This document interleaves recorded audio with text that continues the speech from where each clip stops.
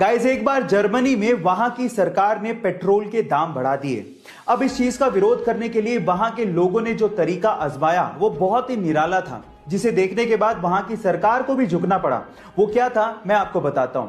Actually जैसे ही petrol के दाम बढ़ाए गए उसके 1 घंटे के अंदर वहां के लोग अपनी कारों को लेकर सड़क पर आए और उसके बाद सड़क पर ही अपनी कारों को छोड़कर चले गए। जी हां गाइस, 10 लाख कारों को सड़क पर देखकर सरकार सख्ते में आ गई और फिर से उन्होंने पेट्रोल के दाम घटा दिए। गाइस, विरोध करना जायज है, सही है, लेकिन उसका तरीका सही होना, इफेक्टिव होना और शांति प्रिय होना बहुत ज्यादा जरूरी है।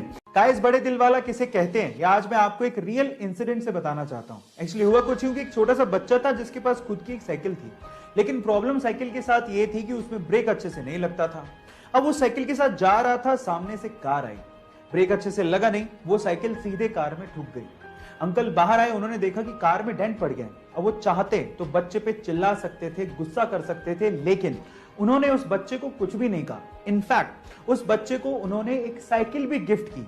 ओह माय गॉड गाइस, वो साइकिल पाके वो छोटा सा बच्चा भावुक हो गया था। इस इंसिडेंट से आपको मैं सिर्फ इतना कहना चाहता हूं कि कभी कभी बेवजह कुछ अच्छा करके देखिए, आपके दिल को बहुत ही सुकून महसूस होगा। गाइस, भगवान ने ना इंसान नामक एक बहुत ही गजब की मशीन बनाई है। कैसे? एक छोटा सा एग्जांपल देता हूं। क्या आपको पता है कि जब आपको उल्टी आने वाली होती है तो उससे 30 से 35 सेकंड पहले आपका पूरा का पूरा मुंह लार से भर जाता है? कभी गौर करके देखना। पर सवाल ये कि ऐसा होता क्यों है? तो देखो, मैं आपको बताता हूं।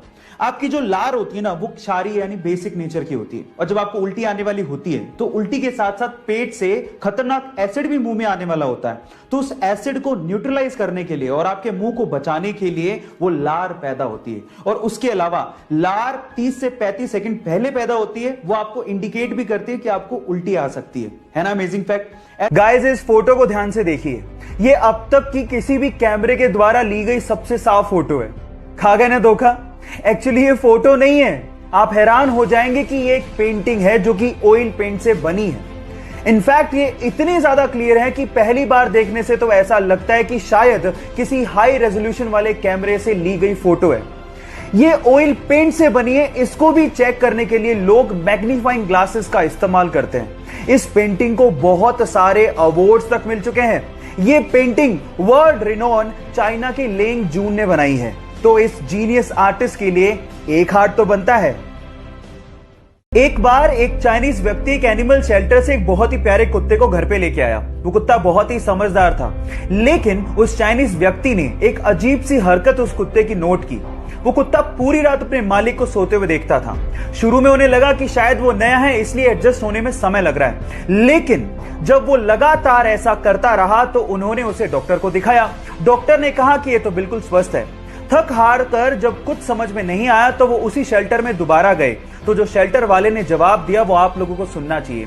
शेल्टर वाले ने कहा कि जब ये सो रहा था तब उसका पुराना मालिक उसे उठाकर यहां शेल्टर में छोड़ के चला गया। शायद इसीलिए वो पूरी रात आपको देखता है, कहीं आप उसे धोखा ना दे दो। गाइस, ये बेजुबान जानवर भी फीलिंग्स रखते हैं, इनमें भी संवेदनाएं होती हैं, इनका भी ध्यान हमें रखना चाहिए।